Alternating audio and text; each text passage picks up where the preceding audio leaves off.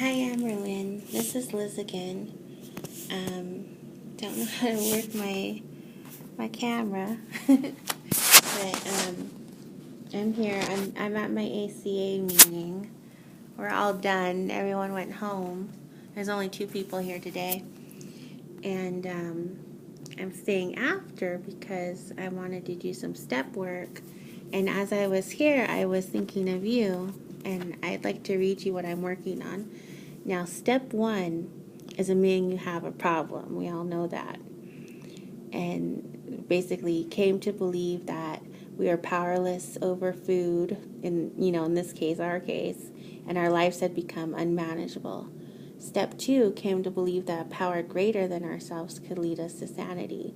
Now, when you mentioned recently you were thinking about the law of attraction, I knew that this is the time that you're open to a higher power, and it's the perfect time to approach you. And I'm so glad because I've been praying for that.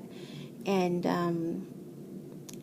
it doesn't matter who your higher power is. It could be the law of attraction. It could be the universe. My higher power is the universe for a long time. But, so you're already opening up, so you're eventually you're going to work the steps on your own, I hope. But we're at step 3 where we're going to turn our will and our life over to our higher power. So I wanted to do the readings with you. So I'm going to read, and it'll also be on the screen. Oh, this is my picture. I drew it. One of the things the book asked us to do was have our inner child draw a picture of God. And that's Jesus, who looks like a woman in a dress. And I'm the little girl there. That's my inner child. And then, who is that behind him? On his other hand is my inner child when I was being abused. I call her Clench, Klenche. We changed the spelling. But that's the girl who is frozen. Like, it's a piece of me. And it actually is separate. I did the Myers-Briggs. And all my little pieces have separate personalities. I don't have multiple personalities disorder now, I don't believe. But when I was little, I used to actually go into blackouts. And I think there were other personalities that still kind of live in me today, but were more whole. And it's just like a side of me, not anything. I don't black out or lose time or anything. But sometimes when I'm stressed or for certain emotions, I'll go into different sides of me. And then I drew my dog Trooper, and the little people in front are my mom and my son. What did I draw in the back? Oh, that I think is my sister, because I wanted my sister to be in heaven too, and my dog Coco is over there. And so those are all the people, and I was surprised that I wanted my mom there. But I do, and my sister, and that's my inner child wants my family there, and all the parts of me, and my son, and my animals, and I drew the rainbow. And this came because I had a spiritual experience when I was on drugs. Unfortunately, I had spiritual experiences when I haven't been on drugs, which I'll talk about later, but in another video. But in this one, I felt like I had met Jesus. I was on a trip on something. I won't say what because I don't want to influence other people to do it. And I was with Jesus, and what struck me was he wasn't the Jesus that my mom beat into my head. He was my best friend I ever had, and I could cuss and I could laugh and make off-color jokes, and he was okay because he loved me. He was my best friend I ever had, and I never wanted to leave his side. And then I knew that was the real Jesus because I felt it and experienced it, and I want to share with the whole world, that's what our God, our higher power is like. He laughs. He's cool. He's not this stuffy, judgmental person who wants to send you to hell. And I only know it because I met him. If I hadn't met him, I wouldn't know. And a lot of people haven't met him yet. So that's why I ask you to try and open up and have a personal relationship. No man, no book, not even the Bible, not even the church. Nothing at the end of the day can come between you and God and your relationship. It's you and God, and no one else can tell you anything. Even if the Bible says different, if you feel it and you're actually in communication with God and you know it for sure, and the fruit of the tree, if everything you do has good fruit, that's how you judge it. So you're not psychotic. But if things are going well and you know for sure you're with God, then don't let anything come between you and God, no matter what anyone says. It's between you and God.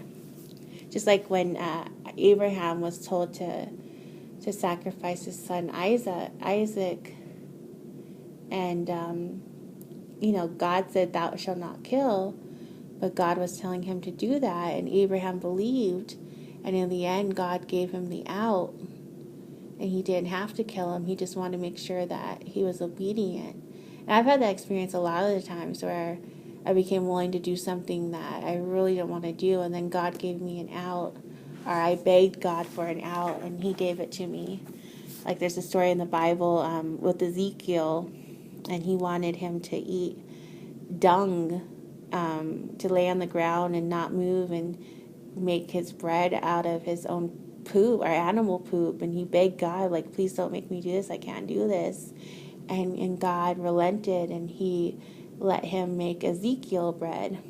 And it's the thing is, it's showing that relationship between you and God, and God will hear you, and God will relent, and God is human. He's not human, but he has that humanity to him, that compassionate nature, because we're modeled after him, and just everything like we have. Of course he has that, So here we go. Step 3. Made a decision to turn our will and our lives over to the care of God as we understand God. Let go, let God. Defining God as I understand God took a long time. I didn't believe in a benevolent God. I did believe that everything that could go wrong would go wrong. I know it is unrealistic to think the worst would always happen, but it seemed to happen for me. To recover from our own negativity, I came to ACA, Adult Children of Alcoholics and Dysfunctional Families. I tried to believe everything wasn't my responsibility. I tried to believe that whatever was going to happen in my life was controlled by some God. This was difficult. I always assumed I was wrong in whatever situation arose. I haven't completely given up all my control yet. When I encounter obstacles now, I remind myself to let go and let God. Essentially, by working the steps, I turn my will and life completely over to God as I understand God. See, it's your own God, your higher power. Not my God, not my Jesus, if that's not your higher power. It's your own God. Your own higher power. It doesn't have to be God. My life is coincidentally working better. Today, when I am acting compulsively, I take a breather from that activity to moderate my behavior. Sometimes I have to say out loud, I'm turning this over to God. Today I believe in a force some people call God. This force makes certain that what is supposed to happen does happen. I am letting go of control more easily. Control made her feel safe. I have trouble turning my will, my life over to the care of God. It's difficult for me to let go because I feel like I'm not being responsible. I didn't listen to my body or my thoughts. I ignored my feelings and reactions for so long because I placed no importance on them. And I know for me, I was like so shut down from my body and my mind. I was numb and I didn't know what was going on. I'd have like panic attacks and not even know it was panic attacks. I'd have all these random bad feelings all the time and not know where they came from. And I'd be triggered and not know what the trigger was because I was in complete denial and shut down from my childhood. And I feel like you may be feeling that too. And that's why, when you gain so much weight, you're so out of touch with your body, because already you're numb, and then the weight takes you even more out of touch. And there's a solution, it can get better. And when it gets better, even a little better, you're like, oh my God, I never knew, because you have nothing to compare it to. And it's not about losing the weight. It's about the baby steps and just gaining nutrition and starting to become more in tune. It's so much more than the weight on the scale. So much more. And that doesn't have to be your yardstick anymore. Your yardstick needs to be health and recovery and returning to the you that you were meant to be when you were born and you were a baby. And I know that when you got taken to foster care, that little girl was there, and the only thing familiar was food. Because the food may have been this, milk is the same at your house or the foster house. Oranges, whatever they gave you, at least it's familiar. The feeling of eating is familiar. It's comfort. It's nourishing. Of course, food is your companion, your best friend, the thing you go to, your addiction. That was like your mother. It was for me too. I would always turn to food, and I know that loneliness. I don't know it because I wasn't taken away from my parents as a child. I lost my child later to foster care, and I felt it from the other end, but I haven't been through being taken away from my parents like you were. Like, I can't even imagine.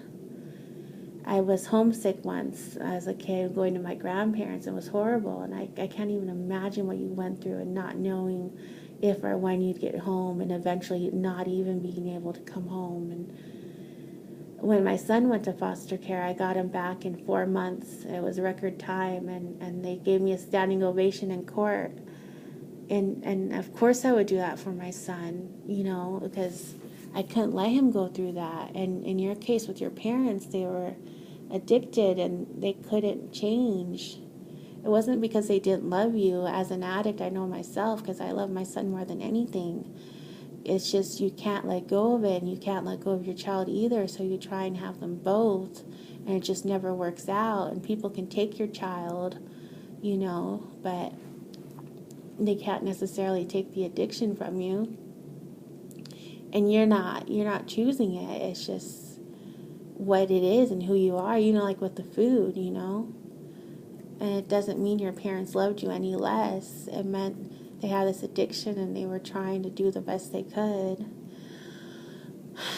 Sometimes I picture you like as the little girl in foster care, and I know nobody came to help you then, just like nobody came to help me when I was little, and I wanted so bad to tell someone about the abuse and get help, and no one came for me. And I came back for myself. I go back and I picture myself sending love to myself when I was a kid in those situations. And when I was a kid, sometimes I would feel like the presence of someone or something out there.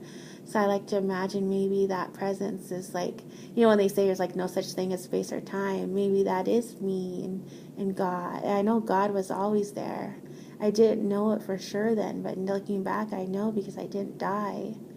He was always there. He always has been. And bad things happened to me, but it was what needed to be so I could grow up to be who I am now, so I could give so much to other people. I've been through everything, and that means I can help everyone going through everything. But you have to work your way through it. Like, the lower you go, it's like a continuum, like a wave. The lower down the wave goes, the higher up the crest will be. So the lower you go, the higher up you can go. The more darkness, the more the frequency of the wave is extended, the more joy. And you and I both have very large waves from negative to positive, but that means that we can help so many people, and we already are. And that's why we're here, and that's our purpose. And let's go back to reading. I'm actually going to stop the video here and do a part 2 because of uploading it. I don't want to crash my thing, my iPad. So I'm going to come back in with another part 2. Be right back.